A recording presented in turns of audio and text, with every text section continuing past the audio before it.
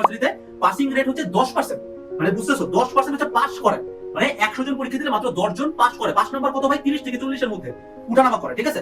Pass করে মাত্র 10 জন 100 জনের মধ্যে, মানে বাকি 90 জন ফেল করে। তার মানে যদি 1 লাখ পরীক্ষা দেয় তার মধ্যে 90,000 মানুষ ঢাবিতে ফেল করে।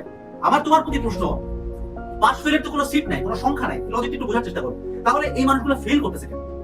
তুমি যদি অ্যাডমিশনের কোশ্চেন উল্টায় দেখো, তুমি দেখবা যে ঢাবি হোক বুয়েট হোক, question pattern is very similar. মানে যদি বুয়েটের বিগত 20 বছর বলি, ঢাবির বিগত 20 বছর বলি, ঢাবি আর বুয়েট একরকম না, দুটো আলাদা, কিন্তু ঢাবির বিগত 20 বছর সিমিলার, বুয়েটের বিগত 20 বছর সিমিলার। তাহলে একই টাইপের কোশ্চেন আসতেছে। আমি বলতেছি বারবার প্রত্যেকটা ভিডিওতে, ভাই টার্গেট তোমার বুয়েট বাবা এই জিনিসটা একটু সলভ করো, ইঞ্জিনিয়ারিং প্রশ্ন ব্যাংক এই জিনিসটা একটু সলভ করো। তুমি যদি সলভ যদি করো, তারপরেও ক্লিয়ার পুরো চান্স মিস করতে, সমস্যাটা কোথায়? যে ভাই আমি জানি কোশ্চেন ব্যাংক থেকে তুমি নিজেরা স্বীকার করবে, কোশ্চেন ব্যাংক থেকে 80% টাইপ রিপিট হয়, তোমার উদ্ভাস উইথিতেও এটা প্রযোজ্য।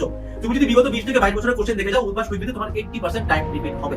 যদি তোমার টাইপ রিপিট না হয়, তার মানে you are doing something in a very wrong way.